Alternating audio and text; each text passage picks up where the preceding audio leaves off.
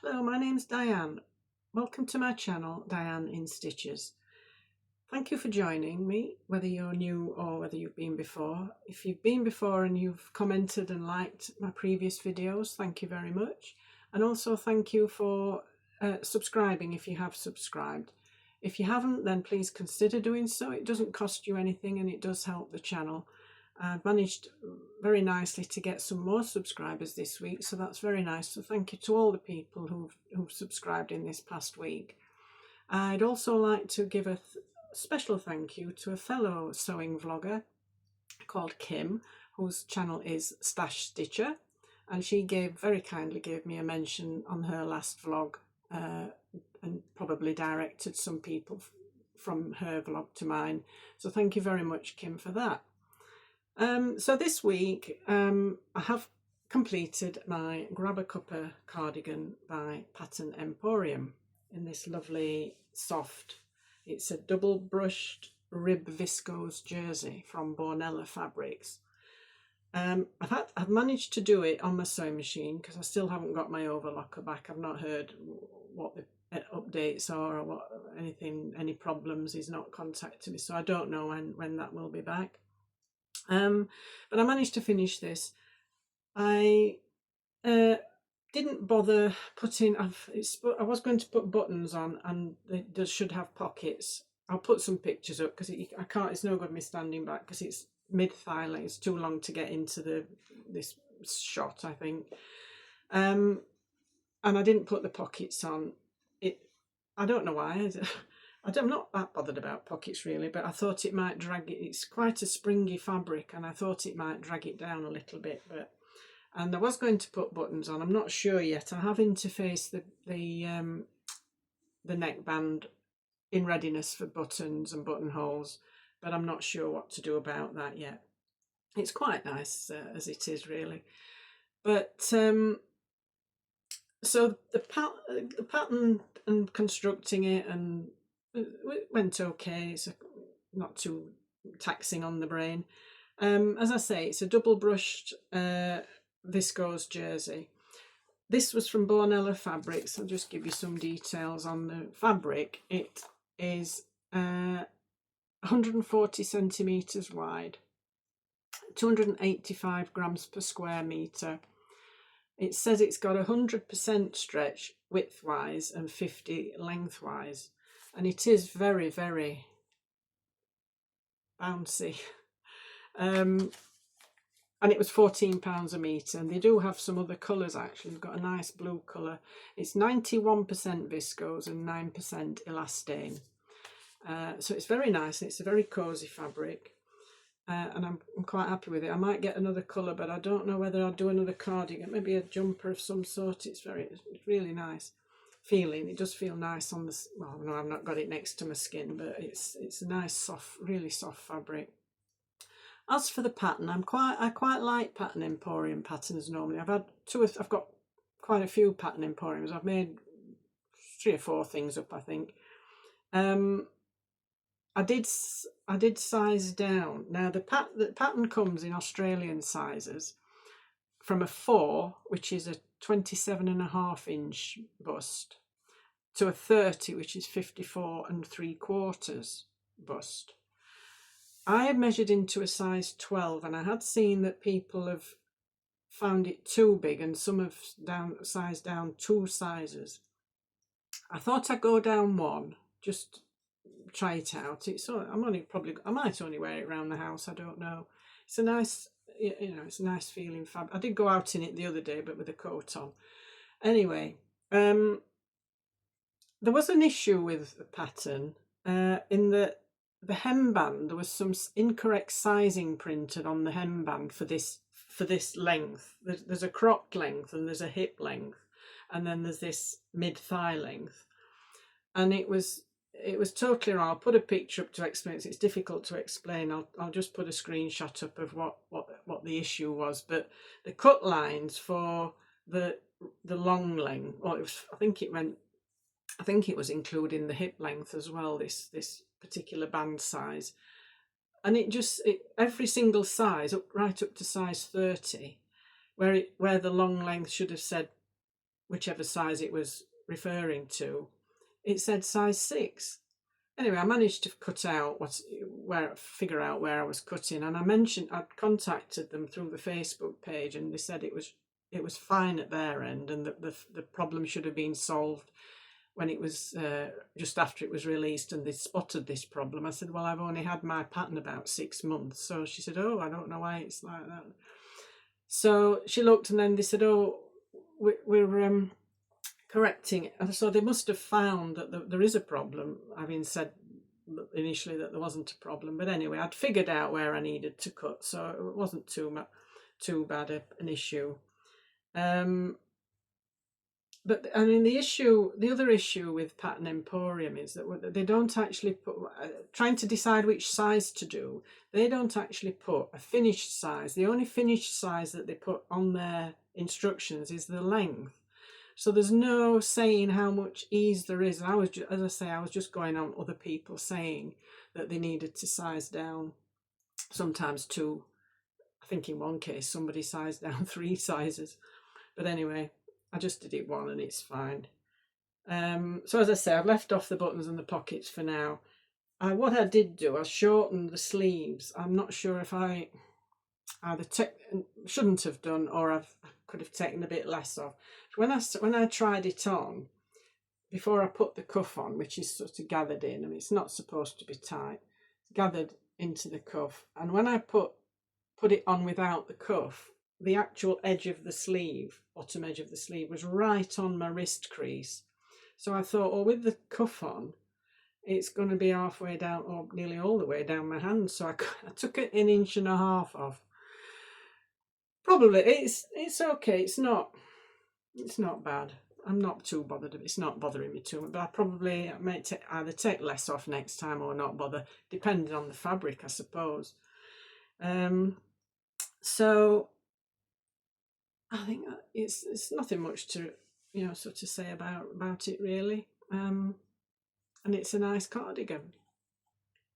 So I've been thinking over the weeks, what do I talk about? What are people going to be interested in? And I like watching everybody's hints and tips, and I'm quite happy to watch things, that I already know about. There was an old saying, I don't know if anyone else has heard it, about teaching your grandmother to suck eggs, which is a saying when someone's trying to tell you something and you already know it, and you say, stop trying to teach your grandmother to suck eggs. A very old saying. My mother used to say it to me quite often, actually, when I kept trying to tell her what was what. But anyway, so I thought I would just give a bit of an example of one part of my work, how I approach tracing the pattern, cutting the pattern out, etc.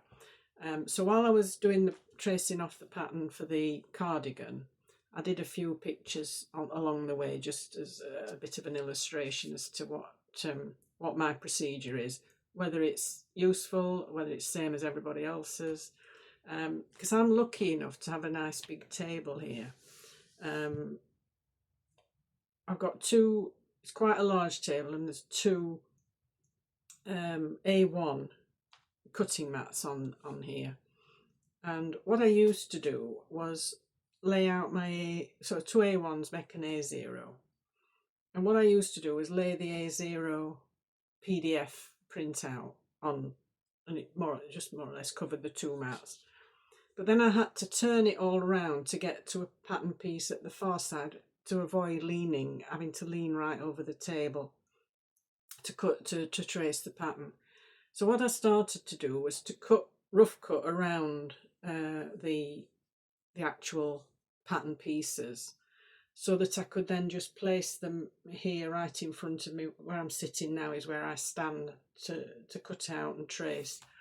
So I cut out the individual pieces, and then they all come to the front, and they go under pull out the tracing. I use a Swedish tracing paper on a roll, and I pull that out and put each individual piece underneath the tracing paper, and it's like a bit of a jigsaw. Sometimes I put pieces under so that they'll fit together, just so not to waste any of the tracing paper, because it's not cheap. I think the last lot I got 2 10-metre rolls. I think it's £22, something like that. But it does last a while if you're careful. It can last a while. So I cut it out, cut the pieces out, then I traced them individually, and as I say, I can position several, or some of the small, like facings or a pocket or a collar, and they can go sort of together underneath the Swedish tracing paper, and then I can sort of block trace, as it were, and I weight it all down with some my pattern weights are just these big washers from DIY store, and then I've got various rulers and curve rulers and French curves, is it, to get round the various neckbands and curved hems and whatnot. And then all I do is I then write on the pattern piece. So this is, for example, the neck piece of the Jarrah sweater. So I just then write on each piece the appropriate title and what size I cut out and how many to cut out. So the pieces are all cut out rough, as I said, rough cut round the edges, and then I always fold them with the pattern piece name or number facing, so then you haven't got to keep opening saying, oh, what's this piece, what's that piece. They're all folded so that I can immediately see what piece that is. So then I trace it out, and then they go into a folder. They're all on the shelves, I've seen them, and they just go in a folder, the pattern pieces and the traced pieces, and then that just goes on the shelf. I have got an order, sort of, garment types, and then they're in alphabetical order within that garment type. So that's basically how I sort of get the initial cutting out and tracing done, and then the fabric obviously goes on this table. I'll try not to let it hang over the edge for cutting out, and I try to again cut out the fabric with it nearer to this edge as I can. So that's how I do my cutting out, tracing, etc. And I just find that works for me. So my next project coming up is, as I mentioned last week, I've decided on the Friday Pattern Company Donny shirt with my silk noir, which has been washed. I did actually put it through the washer along with the linen blend fabric, and it's come up quite. It's been okay. I put it into. I've got one of these big wash bags. I mean, I put various things in smaller bags like underwear and bits and bobs, socks and whatnot, and I've got quite a large bag, so I just dropped it into that. But it's there's like a knobbly texture to it. I don't know if you'll see it, if you can see it better on the back. It's sort of very rough textured. It's very strange, and I didn't actually lose anything. I don't think I've lost anything. I don't think it's shrunk in the wash. My only concern was this. I thought, I've got a metre, and when I looked at the pattern, it did say 1.1 for my size, and I thought, oh, that'll be okay. They normally overestimate. So I'm not ironed it yet, but I laid the pattern pieces out on it this morning, and it's tight because there are 3 pieces that have to be cut on the fold, and 2 of them, so I'll have to figure something out on that one. I don't know if that's going to because obviously with that there's going to be no pattern matching. There's definitely no room for pattern matching on that one. And I've decided with the plain natural linen viscose mix, I'm probably, I said I was going to do trousers, but I think I'm going to go for a skirt. The Pattern Emporium I ordered a skirt pattern from them a little while ago, sort of like a mid-calf length, and it splits up the side, and it's just a flat front and an elasticated back. So I thought, in the spirit of trying to not wear trousers all the time, I'll make a skirt, and that will be still nice for my holiday. So that's going to be that might be the next project. So they're all washed, and I had to because I normally before I wash woven fabrics I overlock the edge, the cut edge. Of course, with not having the overlocker, I had to do a overcast stitch on the sewing machine, and it took forever. I was just like, I wish I'd got my overlocker. It was just, and I ran out, my bobbin ran out a little way from the end, and then I've now hardly got, nearly all the actual reel is depleted. So that took ages, doing 4 edges of the fabric anyway. So I've got that done. So that's the next one, I think. So, but first I'm going to make a muslin of the Donny Shirt. I've got a box full of old sheets down here that I use for muslins for woven projects. So I'm going to do that. I've got the patterns traced out, and I've done a medium. I didn't know, looking at the finished measurements, I maybe could have done a small, but because there's no fastenings on that shirt, I thought I'll just try the medium and see what's what. The other problem was I was thinking of lengthening it, but with the amount of fabric that I've got and how I'd placed the pattern pieces this morning, and thinking there's probably not going to be an awful lot of room here for lengthening it, so I might have to make do with a cropish. I don't know.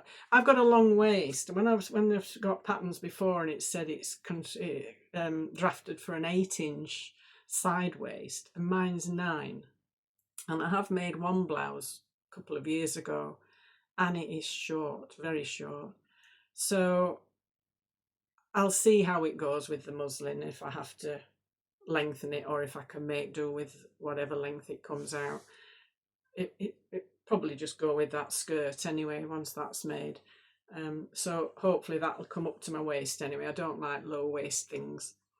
I like them up to my proper waist. So that's probably going to be that. That's what's going to be next. I'll try and get that Donny muslin done this weekend and see how that goes. So I think I've done for the week now this week. Hope that was enjoyable for you to watch. Please again, like, comment, and if you wish to, please subscribe. As I say, it doesn't cost you anything and you will get notified when I release a new video. Thank you for watching, and have a good weekend, and I'll speak to you again soon. Bye.